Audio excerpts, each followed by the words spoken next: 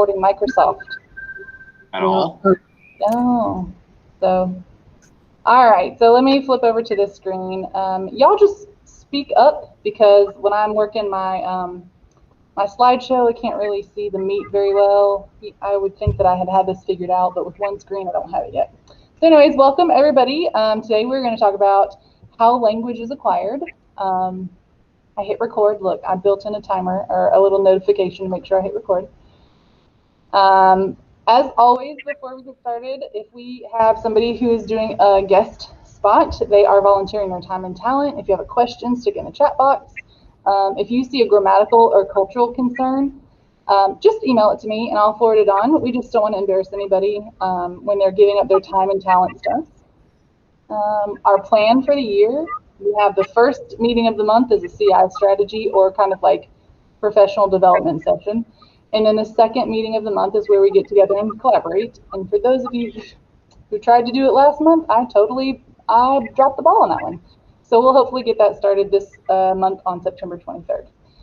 All right. By the way, guys, if you have not thought about it, the Flag Conference is in Augusta, which is actually a really cool venue if you've never been. I would love to see some of y'all do presentations. And I talked to Joanna the other day, like she's got great stuff going on with PBL. I think the proposals close September 30th, like the end of the month. So if you have something cool, it's a great opportunity to just get in front of other people, share your wealth of knowledge, put something in your TEACS platform for leadership. I love going to Flag and I love seeing other people. So like if you're thinking about it, just submit a proposal. It'd be awesome. And okay, the plan for today. First, Joanna's going to talk to us. We've got something really cool going on, and I'm going to pass the screen over to her. Then we'll do our lesson, have a little chat afterward, and if you need a certificate of attendance, it will be there for you. All right, so Joanna, it is all yours. Do you need the actual screen? Do you want to share stuff? No. That's perfect. That's a really good start. And bonjour. I'm so happy to see you. I was French teacher first.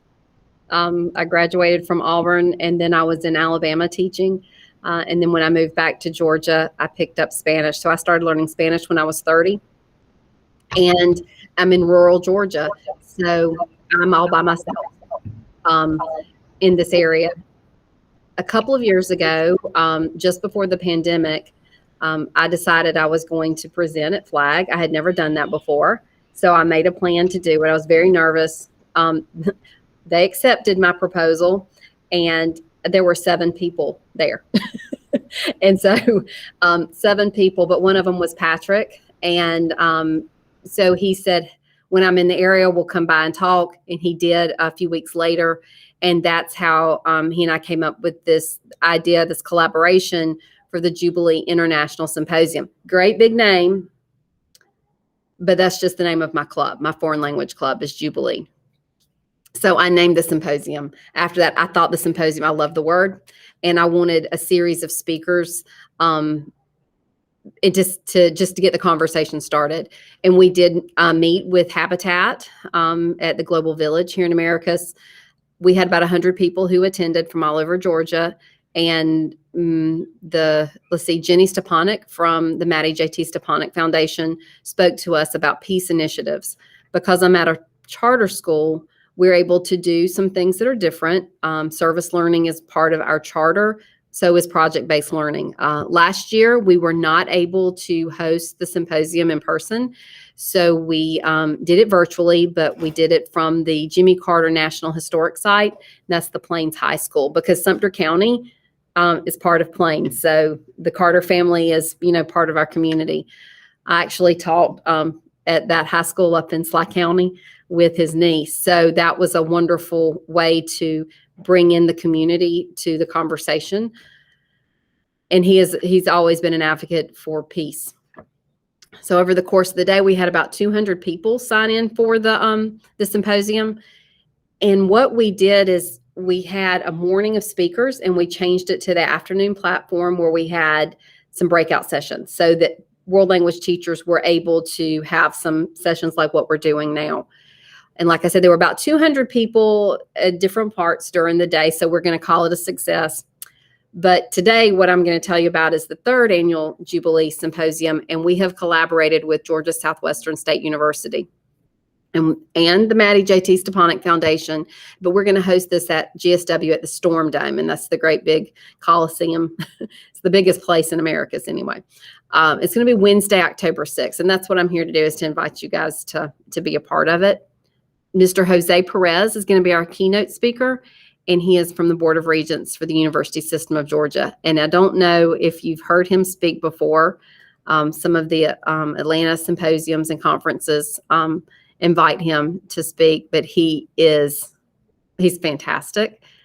He's originally from Cuba, so he talks about what it is like to work in business in Georgia and what communication looks like across languages and cultures, but also what peace looks like. So the mission is to bring all of these educators from these different levels together to have conversations about what peace looks like in our classrooms and how it can be used through world languages.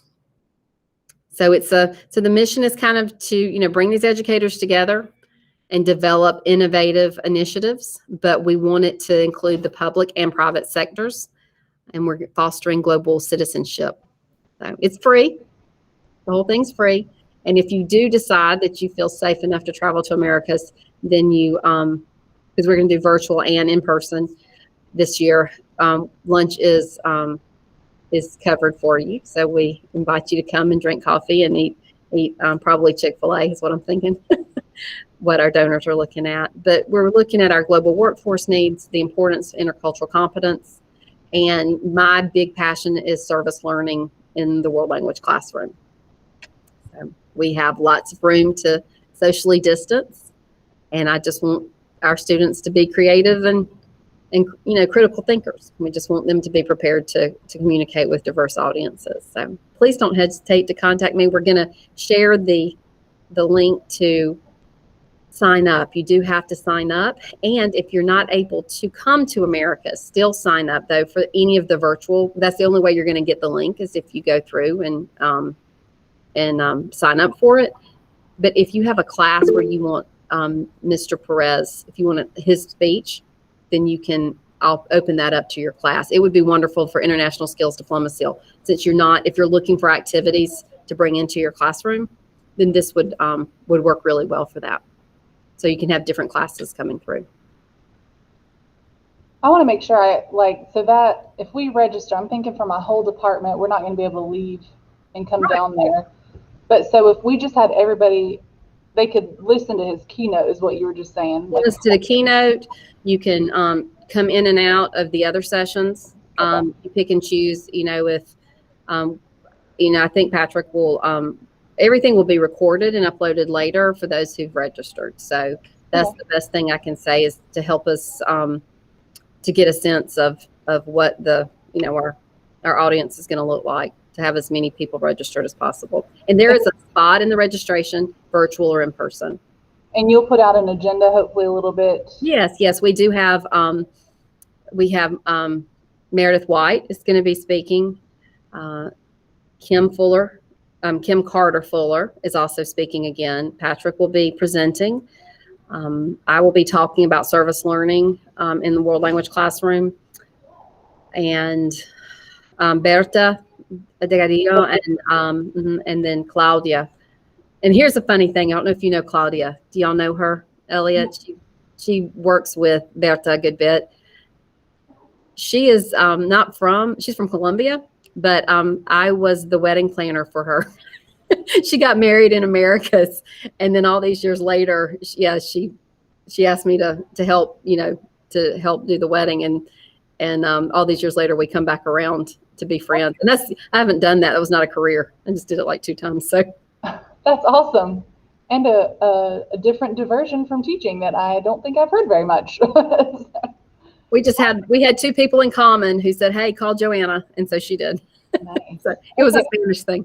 Well, I'm going to send out the email that you just sent me. I'll send it to everybody. You said there was a flyer? Oh, I already have this flyer. So I'll attach that flyer, the information, and I'll send out that email to all of our folks.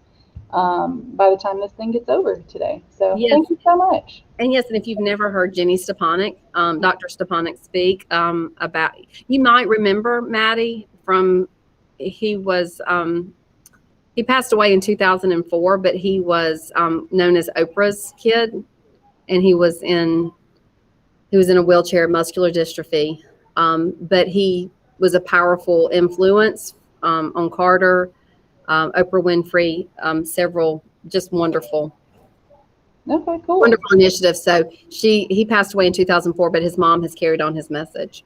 Awesome. Very cool. That's exciting. I'm hoping you'll get some folks from our network who will be interested and be able to join. The virtual option is a great idea. So Yes. Thank you for that.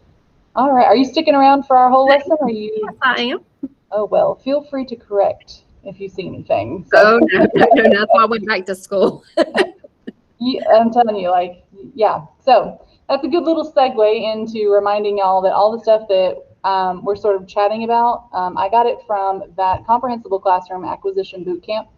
Abby Davis did it, and she was like, hey, this is really great. So I did it over the summer. And some of it is kind of common sense when you've been teaching for a certain amount of time, but other parts of it, it's like, oh my gosh, I forgot all about this stuff. And also, I know, Jason, you are super fantastic with the brain-based theories and stuff, because you have done it kind of recently. I know you're super great with this, so please pipe in if I misspeak. Pipe in if you've got something to add. Let's have a rich discussion. Okay? All right, so what we're talking about today is how are languages acquired? And I sort of thought immediately of some of the coworkers that I've worked with. And have you ever said or thought, hey, I have taught this 100 times and they just don't remember it? My mentee was like, man, I've taught them Sarah and a star. I don't know why they don't get it. Have you ever had a moment like this? Anybody? I know I have. Like, I've taught this. Why do they not get it? Well, probably because we didn't do it in an acquisition-based way. Those of us who learned a language, probably not so much native speakers, right? Like, we probably learned by memorize your vocabulary, memorize the verb chart. Let's make sure you know how the grammar works instead of just giving them the tools to succeed, right? And that's kind of the difference between acquisition and what we might consider like learning, right?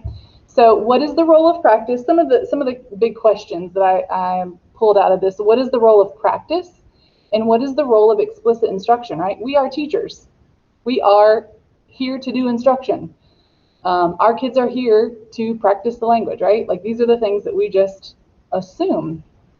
And so going and listening to Martina Bex talk about all this stuff, we all know the second language guru, Stephen Krashen, right? So he is our comprehensible input, I+1, he's that guy. And his main thing is he's saying that language is not really built up from practice.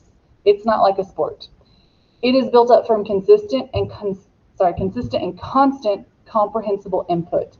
And this is one of those duh things, right? Like, we talk about this when we talk about kids learning their first language. You don't sit down and talk to your kids, say, you didn't use third person plural. We just gently correct them. Oh, you didn't go, you went, right? So that's that comprehensible thing, reinforcing good structures. If you're not aware of Krashen's comprehensible input theory, it is, everyone will be able to tell you I+1. That just means the level of input. The way that we should be teaching is giving them their input level right now. What can they understand fully? +1. So what they can already do, plus a little bit more that is comprehensible, to keep taking it up a notch in what they know. Okay, so that's how they acquire, by constantly having stuff that they understand and building that bigger network of language. Has anybody heard of Bill Van Patten? Right, I was going to say, I bet Joanna has. I think he's like the heir apparent to Stephen Krashen at this point. Like, I feel like all research is like, what does BVP say, right? He's super big. He's a linguist. He works a lot with Martina Beck, so a lot of her stuff pulls from his research. He actually used to have a Bill Van Patten. Let me see if I have my little thing. Bill Van Patten. Where's my thing? Bill Van Patten. He used to have a podcast called Tea with BVP. So it was kind of like a podcast where he just didn't talk about linguist stuff.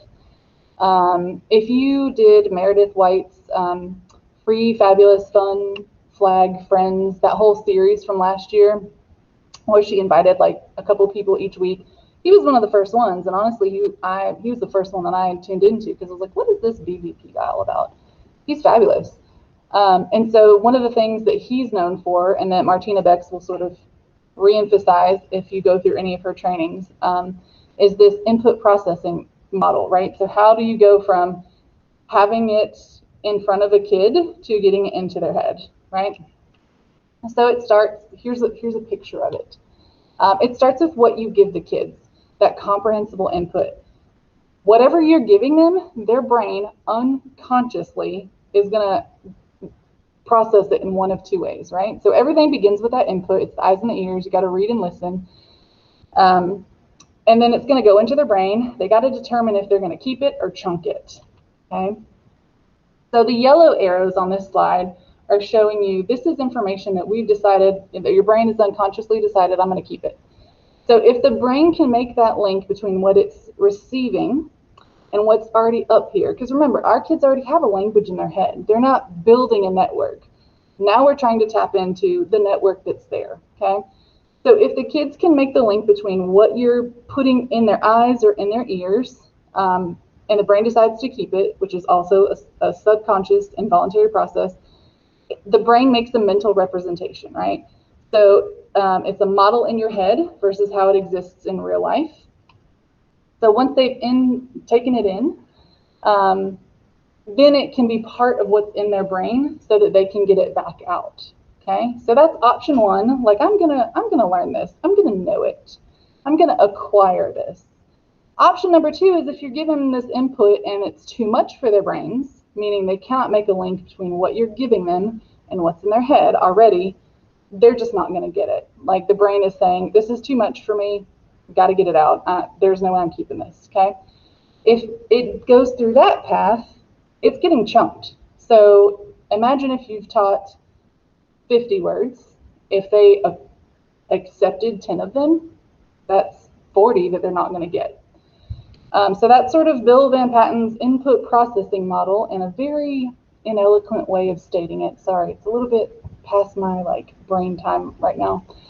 And the other big thing that he will tell you and other folks will tell you is that even though I'll use the word although comprehension cannot guarantee acquisition. So even if they get it, that's not a guarantee that they're going to keep it.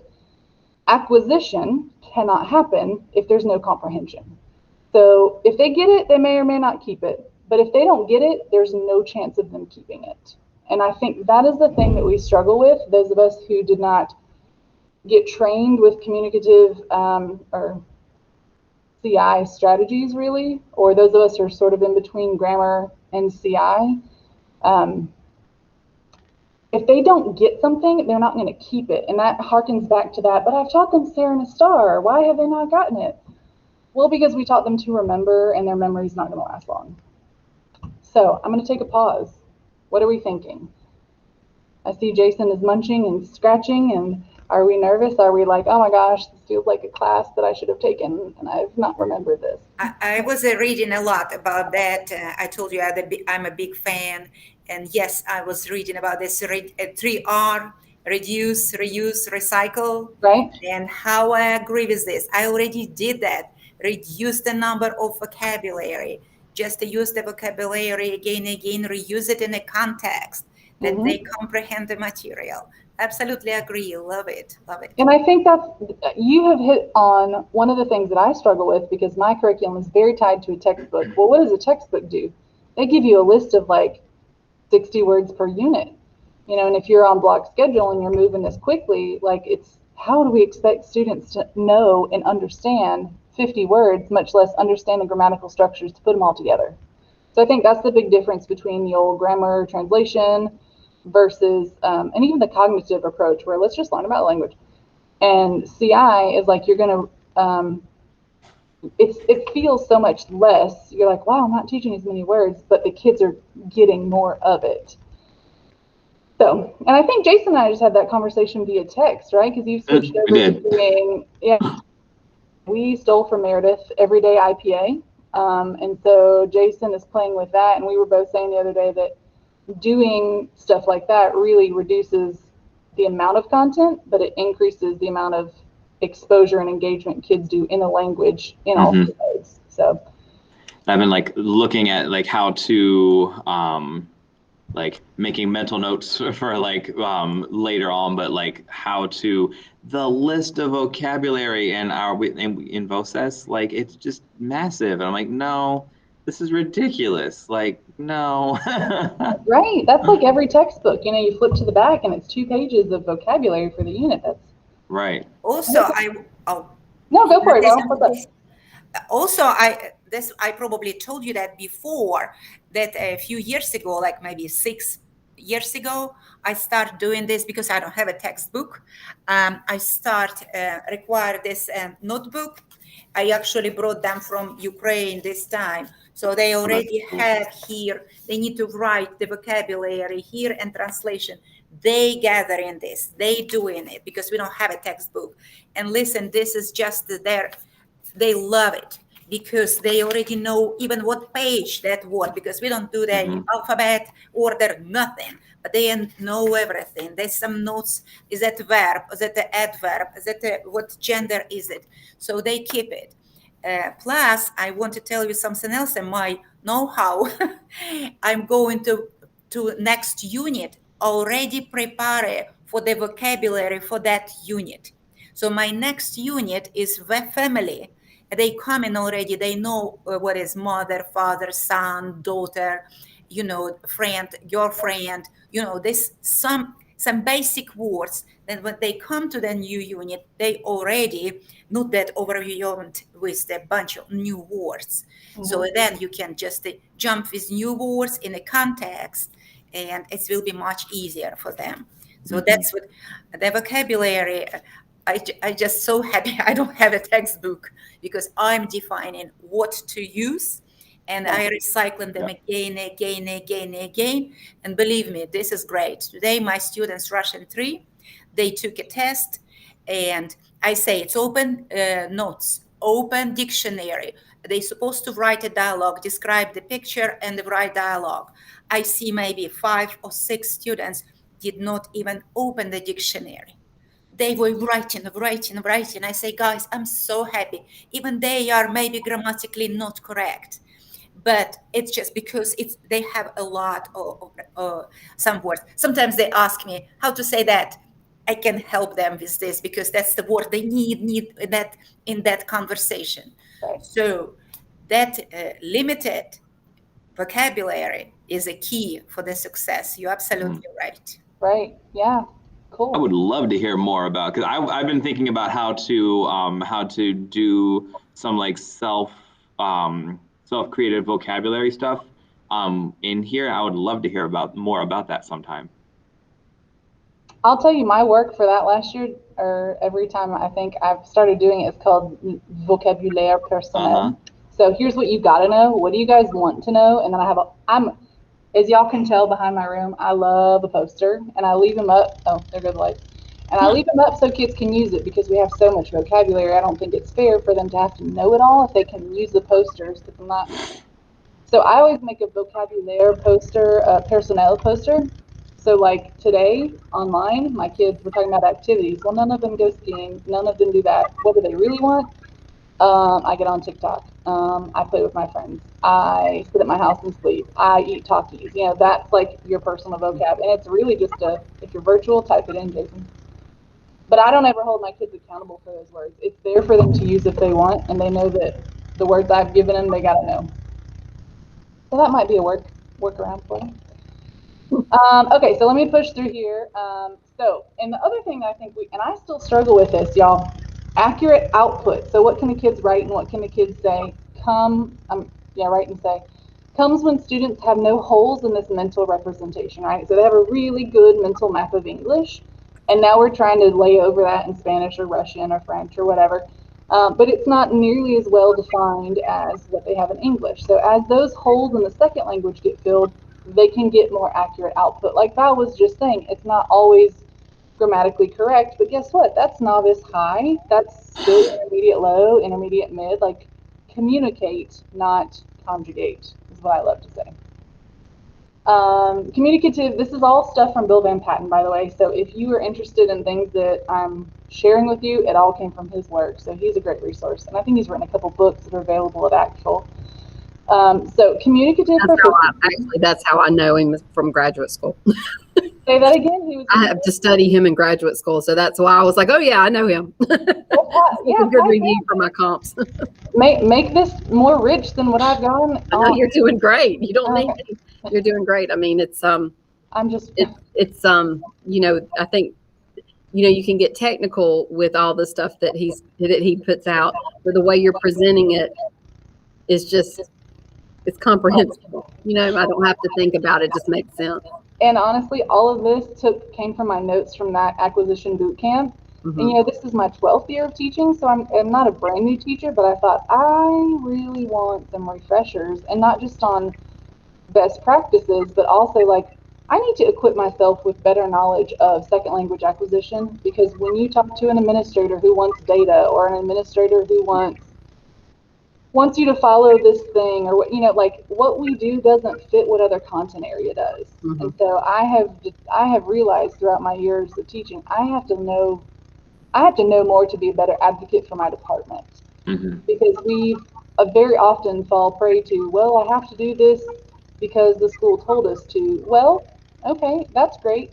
Like, but we also need to understand that our main job is to do the language part, right? Like, I'm not going to spend 60% of my class doing a literacy activity in English when I could do some literacy stuff in a foreign language, right? And there's a whole lot of, I feel like when we're small departments, or when we're in small districts, or even when you're in a big district, but kind of like an island like Jason is, you have to be able to defend what we're doing in our classes and educate administrators on what looks right in our classrooms, so that we can do the work that we need to do. And so that was kind of why I wanted to do this boot camp, because I'm like, I need better words to be able to say what we're supposed to be doing. I can tell you this is not what we should be doing, but I can't tell you why. So I loved learning all of this stuff, because I feel like they're just tools in our tool belt to advocate for our kids in our classes. Okay, so but here's the thing that literally I would like: explicit instruction, meaning the stuff we do in class, does not alter the order of acquisition, meaning that you can teach it 100,000 times. I hope I did that math right.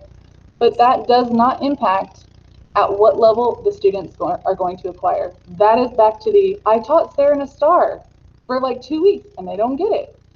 If it's not comprehensible, well, not even not comprehensible, but explicit instruction does not shift how your brain acquires a language. You know, and that's, to me, that is the huge discrepancy between what we should be doing and what a textbook tells us. A textbook is like, you got to do these in this order. Here's how to learn about the language, but that's not how your brain gets it. It's like the result of this slide is all those people who are like, oh, I took Spanish for 2 years and I don't remember a thing. I hate hearing that, right?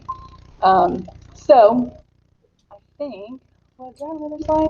Right, okay, so anyways, what does that mean for our instruction? That if explicit instruction does not alter the order of acquisition, like how you actually learn it, what is the impact of that for our classroom? This slide is for my department. I'm gonna have them think about it for a week, but short answer is it shifts us from learning grammar rules and focusing on that, to focusing on input. More input, comprehensible input is what's going to get our kids to actually acquire, instead of just know it for a quiz and move on. All right, so I think that's, yeah. Do we have questions or ideas or feedback? Joanna's down here now. Joanna knows tons of my laptop, I left the charger at home, and so it died. And I was waiting for the big switch over. You're just looking for a better angle. We get it. Yeah. We get it. No, I'm just kidding. Yeah, now you just see more junk. I mean, that's you know, I came from traditional. I was taught traditionally with French and Spanish, and it was so hard for me to learn. And I just happened to want to keep learning. So I kept on taking the next class. When I got ready to graduate, from college, I wanted to take some more classes. And so when I started teaching, I was all about the book and the vocabulary list. But I've had to unlearn all of that and just throw it all away, because the kids, Hello. What you were talking about, the Yes. administrators, the administrators they know how they were taught, and they don't remember anything. No adult from that generation really loves it unless they had that supremely wonderful teacher that carried on the And they're being taught so many, like, you have to do this structure and you have to do this and this is what research says for learning, but they're focusing on content area that uses a common language that everyone has a much higher proficiency. That's the thing that I have to struggle with admin to be like, I can't do that because my kids aren't at that level in French. Val, you're still muted, Val. Oh, I guess I got the lucky with administration. We have she's a curriculum assistant principal, and she's responsible for the curriculum. She's amazing. She's a math teacher, but she understands very good everything and what the requirements and what we're doing. She is strict, of course, but still supporting all the novelties. Like I told her this year, I'm going to do comprehensible input. I already doing it. I did not know I'm doing it. You know what it's called. Now Right? I kind of even more, like I told you today, I give the test to my Russian 3 students. It was like a 3 different assessment. And one of those was about one musical library in Moscow. They took it, they look at it. Miss Anderson, where did you find it? It is so hard. What is it? I say, guys, this is just from level 4. Like you said, it's a higher level, even on a test. So they work great because when they look at it, yes, it's hard, but then you start working with this, answer the question, looking for the key word, kind of explaining. That's it. They done. They did not believe it, but they done. So I say, I believe you need to learn how to believe in yourself. I constantly gonna challenge you with or dialogues or the text or the book with some higher level. And when I started teaching 2009, I have all my folders full of material because I did not have anything. I created my own. Half of it I can throw away now. I don't because, but now it's my students now much more from the beginning. I ask more and achievement more because they capable. They doing it, and it's just a great using that comprehensible input. You see, I did not know how to name it. Now I know. Yeah, awesome. I love that you said you have to get rid of you could get rid of your own materials. I'm thinking in my head, yeah, you can get everything online now, unless you're Val and you set off the internet alarms. Like all of our Russian stuff got blocked because it's in Russian, so they think it's some sort of spamming stuff at school and hackers. Sorry. Yes, every time I open something, it says not secure, and I'm just hurry up to read and close it. So great. Setting off those alarms. All right, so that's sort of the end of our lesson for today. Hopefully that gives you some stuff to mull over in your head. Like I did say, our next session will be in about 2 weeks. I think it said the 23rd. Is that right? Yep, the 23rd. And we're going to try again, since I messed up last week, to do a collaborative effort, right? So Jason and I teach French. Joanna, if you come, you can talk to whoever is here to teach Spanish, although I don't think we have many K-12, K-6 folks. I think most of us are high school and middle school. So you might have to bleed over and No, I'm really K-12, but this year I have 6th grade. Sometimes I might have high school. We have another foreign language teacher here, so she's primarily the 7th through 12th grade. It just depends on how the schedule works. Gotcha. Okay. Well, I just want you to tell me, because I know that we want to structure the collaborative session so that you get something out of it. Mm-hmm. I mean, if you just get a networking opportunity to talk to people, that's fine. But what kinds of things do your districts ask for in lesson plans or unit plans? What sort of things do you have to have on your lesson plan template?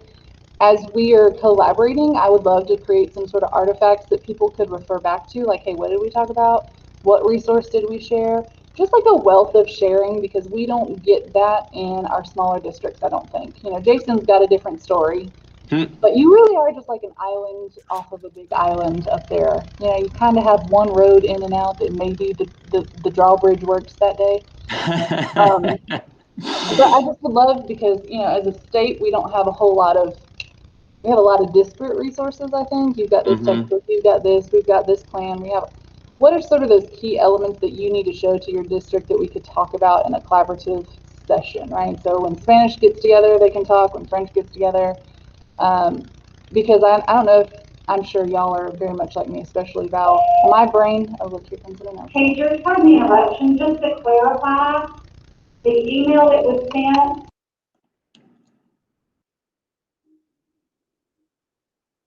Email? should have no students here at Spalding High. Please. We are having a transition from virtual to not virtual. So everybody's virtual this week. Elementary comes back next week, and so they're sending all these emails about what do I do with my kid. So that was what that was. Sorry, I didn't mean to blow everybody's eardrums out. Anyways, I just would love for us to be able to share ideas and share stuff that maybe we don't get when we're singletons, because like I know my brain, when I have to plan for level 1, 2, and 3 every day, I was tapped out, and it was Jason's like, yes, I know, I'm there. You know, you sort of, if you don't get in the same routine, you just start using the same stuff all over. And so anything that we can do to sort of push us all to do something a little bit better, or shift our normal tasks, you know, like people will do things and like, oh my God, that's so great. I never really thought about that. You know, I'd love for us to share our common knowledge with people. So if you have stuff that you would like to include in our collaboration questions, like guiding questions, let me know. Also, if you guys have great strategies, like, or other great ideas, it doesn't even have to be a comprehensible input thing. Maybe you have a game that you like to play. Y'all, I know you're tired of hearing me, so I would love for somebody else to be like, hey, can I present this? Our little Starlight group is a great practice if you're looking at trying to present at a local day. I know Henry County had, like, they'll tap people to do professional development. We have some here. Our RISA's doing something. We've got Flag coming up. There's Scolt. There's all these other things. So it's a great practice session. Everyone's pretty nice here. So I would love to get other people to present, and, you know, add one more thing to your little Teaks. Look what I did folder.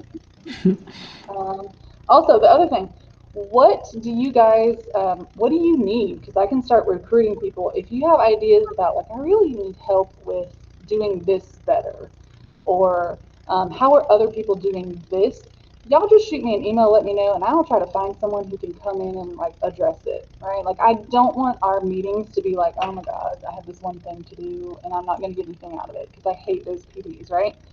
So we can tailor all of these sessions to whatever our group needs. So if there's something you're interested in, something you want to know more about, something somebody said somewhere and you have no idea what it means, let me know. I'll find somebody, I'll research it, we'll talk about it, okay? So we can drive this as our group, right? This is not a me thing, this is an us thing. I'm just setting up the meetings. All right, so that, I'm going to get you guys done for the day. If you need a certificate of attendance, you can do like a little scanny code, fill in your information, and you'll get an email certificate that says, I participated in Starlight today. And it'll have the title and the dates and all that stuff. So if you need that for your records. All right, well, I'm going to stop recording. We all just